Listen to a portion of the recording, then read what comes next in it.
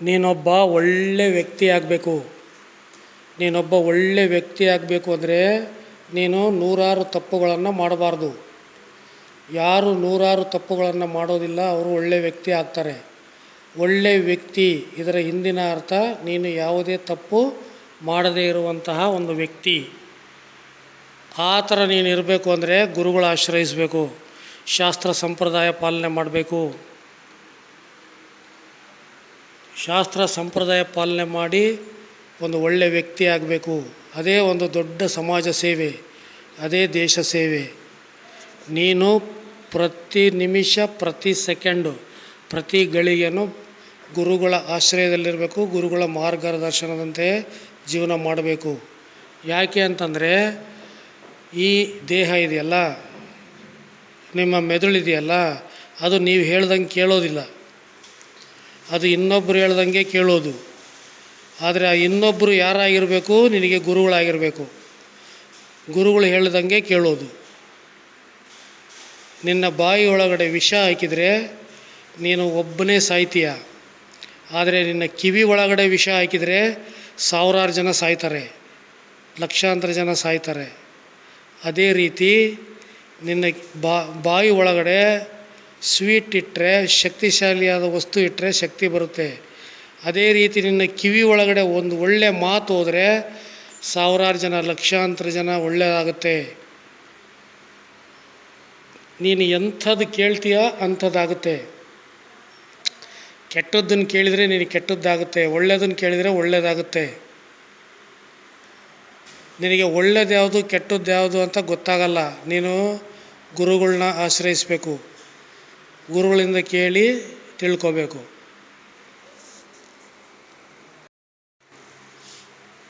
ಒಂದು ನಾಣ್ಯಕ್ಕೆ ಎರಡು ಮುಖಗಳು, ಅದು ಎಲ್ಲರಿಗೂ ಗೊತ್ತು. ಒಂದು ನಾಣ್ಯಕ್ಕೆ ಎರಡು ಮುಖಗಳು ಎಲ್ಲರಿಗೂ ಗೊತ್ತು.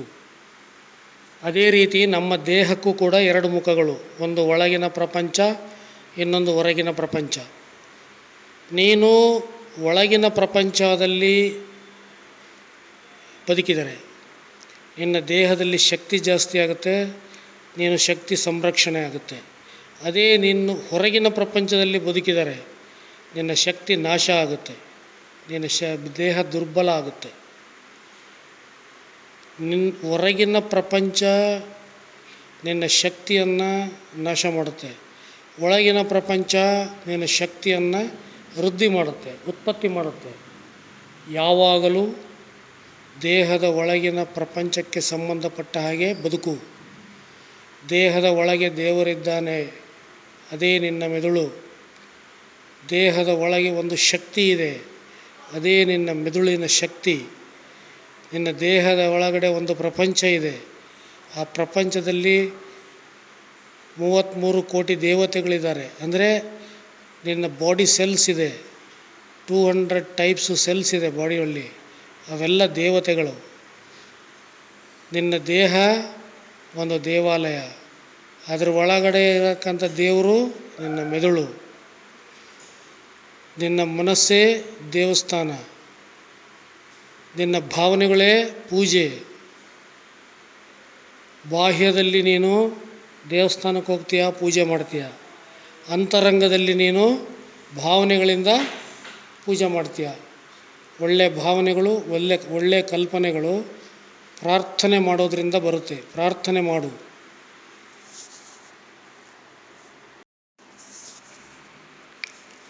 ಪ್ರತಿಯೊಬ್ಬರೂ ಶೀಲವಂತಿಕೆಯನ್ನು ಕಾಪಾಡ್ಕೋಬೇಕು.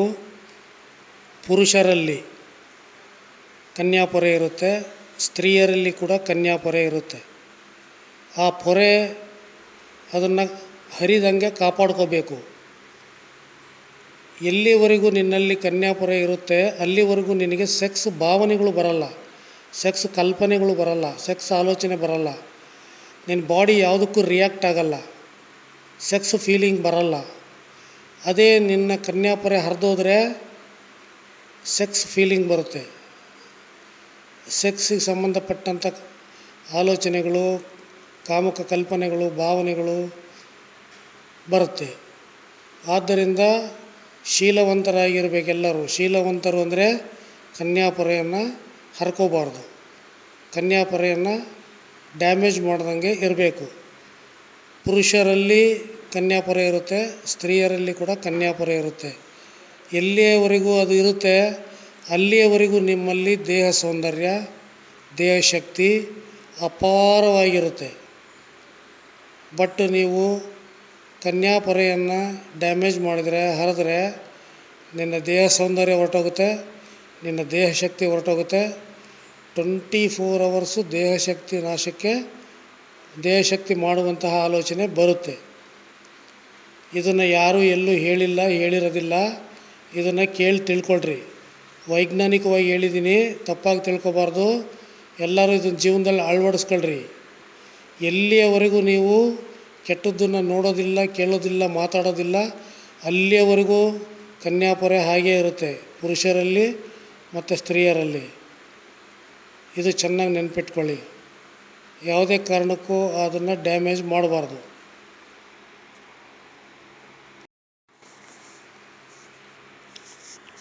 ಪ್ರಪಂಚದ ಮೂಲೆ ಮೂಲೆಯಲ್ಲಿ, ಎಲ್ಲ ದೇಶಗಳಲ್ಲಿ ಹೆಣ್ಣು ಮಕ್ಕಳಿಗೆ ರಕ್ಷಣೆ ಇಲ್ಲ, ಹೆಣ್ಣು ಮಕ್ಕಳಿಗೆ ಪ್ರೊಟೆಕ್ಷನ್ ಇಲ್ಲ. ಹೆಣ್ಣು ಮಕ್ಕಳು ತುಂಬ ಹಿಂಸೆ ಅನುಭವಿಸ್ತಾ ಇದ್ದಾರೆ, ನಾನಾ ಕಷ್ಟಗಳಿಂದ ತೊಂದರೆ ಅನುಭವಿಸ್ತಾ ಇದ್ದಾರೆ. ಅದನ್ನು ಯಾರೂ ಕೇಳೋರಿಲ್ಲ. ಹೆಣ್ಣು ಮಕ್ಕಳಿಗೆ ತೊಂದರೆ ಕೊಡಬೇಡಿ, ಹೆಣ್ಣು ಮಕ್ಕಳಿಗೆ ಆಶ್ರಯ ಕೊಡಿ, ಅನಾಥರಿಗೆ ಆಶ್ರಯ ಕೊಡಿ, ಗಂಡ ಸತ್ತವರಿಗೆ ಆಶ್ರಯ ಕೊಡಿ, ಮುದುಕಿಯರಿಗೆ ಆಶ್ರಯ ಕೊಡಿ, ಚಿಕ್ಕ ಮಕ್ಕಳು ಅನಾಥ ಮಕ್ಕಳಿಗೆ ಆಶ್ರಯ ಕೊಡಿ. ನೀವು ಸಂಘ ಸಂಸ್ಥೆಗಳನ್ನು ರಚನೆ ಮಾಡಿ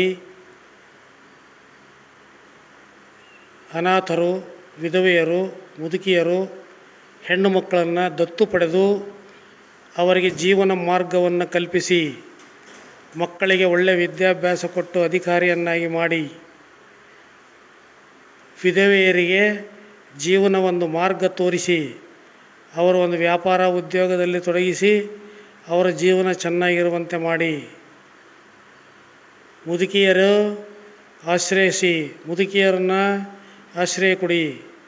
ಮುದುಕಿಯರು ಸಾಯುವವರೆಗೂ ಸುಖವಾಗಿ ಸಂತೋಷವಾಗಿ ಇರುವಂತಹ ವಾತಾವರಣವನ್ನು ನಿರ್ಮಾಣ ಮಾಡಿ. ನಮ್ಮ ದೇಶದಲ್ಲಿ, ಇಡೀ ನಮ್ಮ ಪ್ರಪಂಚದಲ್ಲಿ ನೂರಾರು ಸಾವಿರಾರು ಕೋಟ್ಯಾನುಕೋಟಿ ಸಂಘಗಳಿದ್ದಾವೆ. ಆ ಪ್ರತಿಯೊಂದು ಸಂಘನೂ ಸಮಾಜ ಸೇವೆ ಅಂತ ಮಾಡಿದರೆ ಈ ಭೂಮಿ ಮೇಲೆ ಯಾರು ಬಡವರೇ ಇರಲ್ಲ. ಉದಾಹರಣೆ, ಒಬ್ಬ ಗಂಡ ಸತ್ತವಳಿರ್ತಾಳೆ, ಆಕೆ ಗಂಡ ಸತ್ತಿರ್ತಾಳೆ, ಆಕೆಗೆ ಜೀವನ ಮಾಡೋದು ಹೆಂಗೆ ಅಂತ ಗೊತ್ತಿರಲ್ಲ, ಊಟ ಇಲ್ಲ, ಕೆಲಸ ಇಲ್ಲ, ದುಡ್ಡಿಲ್ಲ, ನರಳಿ ಸಾಯ್ತಿರ್ತಾಳೆ. ಅಂಥವ್ರು ಯಾರಿದ್ದಾರೆ ಅವ್ರಿಗೆ ಆಶ್ರಯ ಕೊಡಿ, ಅವ್ರಿಗೆ ಉದ್ಯೋಗ ಕೊಡಿಸಿ, ಅವರೊಂದು ವ್ಯಾಪಾರ ಉದ್ಯೋಗ ಮಾಡ್ಕೊಂಡು ಹೋಗೋ ಥರ ಮಾಡಿ, ಜೀವನ ನಡೆಸಂಗೆ ಮಾಡಿ. ಸಂಘ ಸಂಸ್ಥೆಗಳು ಸಹಾಯ ಮಾಡಿ. ಯಾರಾದರೂ ಒಬ್ಬರು ಇಂಥ ವ್ಯಕ್ತಿಗಳಿಗೆ ಸಹಾಯ ಮಾಡ್ತಾರೆ ಅಂದರೆ ಅವರಿಗೆ ಅನುಮಾನ ಪಡಬೇಡಿ, ಬೈಬೇಡಿ, ಅವರಲ್ಲಿರುವ ಆಸಕ್ತಿಯನ್ನು ಸಾಯಿಸಬೇಡಿ. ಯಾರೇ ಆಗಲಿ ಅನಾಥರಿಗೆ, ವಿಧವೆಯರಿಗೆ ಅಥವಾ ಮುದುಕಿಯರಿಗೆ ಸಹಾಯ ಹಸ್ತ ನೀಡ್ತಾರೆ ಅಂದರೆ ಅವರನ್ನು ಗೌರವಿಸಿ, ಅವರಿಗೆ ಒಳ್ಳೆಯ ಭಾವನೆಯನ್ನು ಬರಂಗೆ ಮಾಡಿ, ಅವರು ಇನ್ನೂ ಹೆಚ್ಚು ಹೆಚ್ಚು ಸಮಾಜ ಸೇವೆಯಲ್ಲಿ ಪಾಲ್ಗೊಳ್ಳುವಂತೆ ಮಾಡಿ. ಒಬ್ಬ ವ್ಯಕ್ತಿ ಇನ್ನೊಬ್ಬ ವ್ಯಕ್ತಿಗೆ ಸಹಾಯ ಮಾಡಬೇಕು ಅಂದರೆ ಅಪಾರವಾದ ಶಕ್ತಿ ಬೇಕು. ಆ ಶಕ್ತಿಯನ್ನು ಸಂಪಾದನೆ ಮಾಡಿ.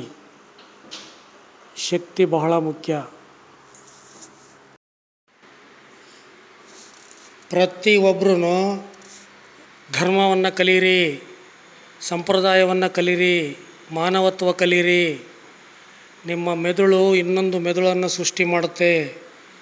ನೀನೇ ನಿನ್ನ ಮಗುವಾಗಿ ಹುಟ್ಟಿ ಬರ್ತೀಯ, ನೀನೇ ನಿನ್ನ ಪುನರ್ಜನ್ಮವನ್ನು ನೋಡ್ತೀಯ. ನಿನ್ನ ಮೆದುಳೇ ಇನ್ನೊಂದು ನಿನ್ನ ಮಗುವಾಗಿರುತ್ತೆ. ನಿನ್ನ ಮೆದುಳೇ ಇನ್ನೊಂದು ಮೆದುಳನ್ನು ಸೃಷ್ಟಿ ಮಾಡುತ್ತೆ. ವೀರ್ಯಾಣು ಒಳಗಡೆ ಇರ್ತಕ್ಕಂಥ ನ್ಯೂಕ್ಲಿಯಸ್ಸು, ಬೀಜ, ಅದರಲ್ಲಿ ನಿನ್ನ ಮೆದುಳಿನ ಎಲ್ಲ ಅಂಶಗಳು ಅಲ್ಲಿರುತ್ತೆ. ಜೀನ್ಸ್, ನಿನ್ನ ಎಲ್ಲ ಕ್ಯಾರೆಕ್ಟ್ರು, ನಿನ್ನೆಲ್ಲ ಗುಣಲಕ್ಷಣಗಳು, ನಿನ್ನ ದೇಹದ ಲಕ್ಷಣ, ನಿನ್ನ ದೇಹದ ಪರಿಸ್ಥಿತಿ, ಅಣು ಅಣು ಕಣಕಣದಲ್ಲಿ ಇರುವ ಶಕ್ತಿ ಎಲ್ಲ ಬೀಜದಲ್ಲಿರುತ್ತೆ. ನೀವು ಯಾವಾಗಲೂ ಹುಟ್ಟಿದಾಗಿಂದ ಸಾಯೋವರೆಗೂ ಶಕ್ತಿಶಾಲಿಯಾಗಿರಬೇಕು, ಶಕ್ತಿಯನ್ನು ಸಂಪಾದನೆ ಮಾಡಬೇಕು, ಶಕ್ತಿಯನ್ನು ರಕ್ಷಣೆ ಮಾಡಬೇಕು. ಅದಕ್ಕೆ ನೀವು ಶಾಸ್ತ್ರವನ್ನು ಕಲಿಬೇಕು, ಸಂಪ್ರದಾಯವನ್ನು ಕಲಿಬೇಕು, ಧರ್ಮವನ್ನು ಕಲಿಬೇಕು. ಹೋಗ್ರಿ, ಗುರುಗಳ ಹತ್ರ ಹೋಗ್ರಿ, ಗುರುಗಳಿಂದ ಎಲ್ಲ ಕೇಳಿ ಪಡೆಯಿರಿ. ಗುರುಗಳಿರೋದೇ ಅದಕ್ಕೆ. ಗುರುಗಳ ಆಶ್ರಯಿಸ್ರಿ. ಗುರುವಿನ ಗುಲಾಮನಾಗುವ ತನಕ ದೊರೆಯದಣ್ಣ ಮುಕುತಿ. ಅರ್ಥ ಮಾಡ್ಕೊಳ್ಳಿ. ಹಿರಿಯರು ಹೇಳಿರೋ ಮಾತು ಅರ್ಥ ಮಾಡ್ಕೊಳ್ಳಿ. ಕೆಟ್ಟದ್ದನ್ನು ನೋಡಬಾರ್ದು, ಕೆಟ್ಟದ್ದನ್ನು ಕೇಳಬಾರ್ದು, ಕೆಟ್ಟದ್ದನ್ನು ಮಾತಾಡಬಾರ್ದು. ಇದು ಪ್ರತಿಯೊಬ್ಬರೂ ಪಾಲನೆ ಮಾಡಬೇಕು. ಶಕ್ತಿ ಸೂತ್ರ ಹೇಳೋದೇನು ಅಂದರೆ, ಕೆಟ್ಟ ಆಲೋಚನೆಗಳನ್ನು ಮಾಡಬೇಡ. ಕೆಟ್ಟದ್ದು ಯಾವುದಪ್ಪ ಅಂತಂದರೆ, ಸಪ್ತಧಾತುಗಳು ನಾಶವಾಗುವಂಥ ಎಲ್ಲ ಚಟುವಟಿಕೆಗಳು ಕೂಡ ಕೆಟ್ಟದ್ದೇ. ಸಪ್ತಧಾತುಗಳು ನಾಶವಾಗುವಂಥ ಕೆಲಸಗಳನ್ನು ನೀನು ಮಾಡಬೇಡ. ನೀನು ಕೆಟ್ಟದ್ದನ್ನು ನೋಡೋದು ಕೇಳೋದು ಮಾಡಿದರೆ ನಿನ್ನ ಇಂದ್ರಿಯಗಳೆಲ್ಲ ಹಾಳಾಗುತ್ತೆ, ನಿನ್ನ ಅಂಗಾಂಗಗಳೆಲ್ಲ ಹಾಳಾಗುತ್ತೆ. ನಿನ್ನ ಎಲ್ಲ ಸಂಪೂರ್ಣ ದೇಹ ಶಕ್ತಿ ಮತ್ತು ಮಾನಸಿಕ ಶಕ್ತಿ ಕುಗ್ಗಿ ಹೋಗುತ್ತೆ. ಅಂಗಾಂಗಗಳಿಗೆ ಸರಿಯಾಗಿ ಶಕ್ತಿ ಸಪ್ಲೈ ಆಗದಲೇ ಅಂಗಾಂಗಗಳೆಲ್ಲ ವೀಕ್ ಆಗೋಗ್ತವೆ. ಸ್ವಲ್ಪ ಎಚ್ಚರದಿಂದ ಜೀವನ ಮಾಡು. ದೇಹ ಸೌಂದರ್ಯವನ್ನು ಕಾಪಾಡು, ಮಾನಸಿಕ ಸೌಂದರ್ಯವನ್ನು ಕಾಪಾಡು. ಇದನ್ನು ಯಾಕೆ ಹೇಳ್ತಾರೆ ಅಂತಂದರೆ, ಒಬ್ಬ ಶಕ್ತಿಶಾಲಿ ಮನುಷ್ಯನಿಗೆ ಮಾತ್ರ ದೇಹ ಸೌಂದರ್ಯ ಮತ್ತು ಮಾನಸಿಕ ಸೌಂದರ್ಯ ಬರೋದು. ದೇಹ ಸೌಂದರ್ಯ ಇಲ್ಲ ಅಂದರೆ ಶಕ್ತಿ ಇಲ್ಲ ಅಂತ ಅರ್ಥ. ದೇಹ ಸೌಂದರ್ಯ ಇದೆ ಅಂದರೆ ಶಕ್ತಿ ಇದೆ ಅಂತ ಅರ್ಥ. ಸೌಂದರ್ಯವಂತನಾಗು ಅಂದರೆ ಇಂಡೈರೆಕ್ಟಾಗಿ ಶಕ್ತಿವಂತನಾಗು ಅಂತ ಅರ್ಥ.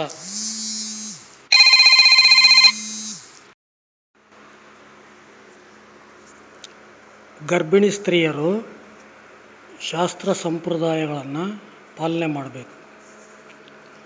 ಯಾಕೆ ಅಂತಂದರೆ, ಅವರ ಹೊಟ್ಟೆಯಲ್ಲಿ ಒಂದು ಮಗು ಬೆಳೀತಾ ಇರುತ್ತೆ. ಅವರು ಎಂತಹ ವಿಷಯದಲ್ಲಿ ಆಸಕ್ತಿ ಹೊಂದಿರ್ತಾರೆ, ಎಂತಹ ವಿಷಯ ಅವರು ಮಾತಾಡ್ತಾರೆ, ಎಂತಹ ವಿಷಯದ ಬಗ್ಗೆ ಅವರು ಜ್ಞಾನ ಮತ್ತು ಬುದ್ಧಿ ಮತ್ತು ತಿಳುವಳಿಕೆ, ಗರ್ಭಿಣಿಯಾದಾಗ ಯಾವ ವಿಷಯವನ್ನು ಅವರು ಒಳಗೊಂಡಿರ್ತಾರೆ, ಕೇಳ್ತಾರೆ, ನೋಡ್ತಾರೆ, ಮಾತಾಡ್ತಾರೆ, ಅದು ಆ ಮಗುವಿನ ಮೇಲೆ ಪರಿಣಾಮ ಬೀರುತ್ತೆ. ಗರ್ಭಿಣಿ ಸ್ತ್ರೀ ತನ್ನ ದೇಹದ ಶಕ್ತಿಯನ್ನು, ತನ್ನ ಮಾನಸಿಕ ಶಕ್ತಿಯನ್ನು ತ್ಯಾಗ ಮಾಡಿ ಒಂದು ಮಗುವನ್ನು ಹೊಟ್ಟೆಯಲ್ಲಿ ಬೆಳೆಸ್ತಾ ಇರ್ತಾಳೆ. ತನ್ನ ಎಲ್ಲ ಶಕ್ತಿಯನ್ನು ಧಾರೆ ಎರಿತಾ ಇರ್ತಾಳೆ. ಬಹಳ ಒಂದು ಶಕ್ತಿ ಬೇಕು ಮಗು ಬೆಳವಣಿಗೆಗೆ.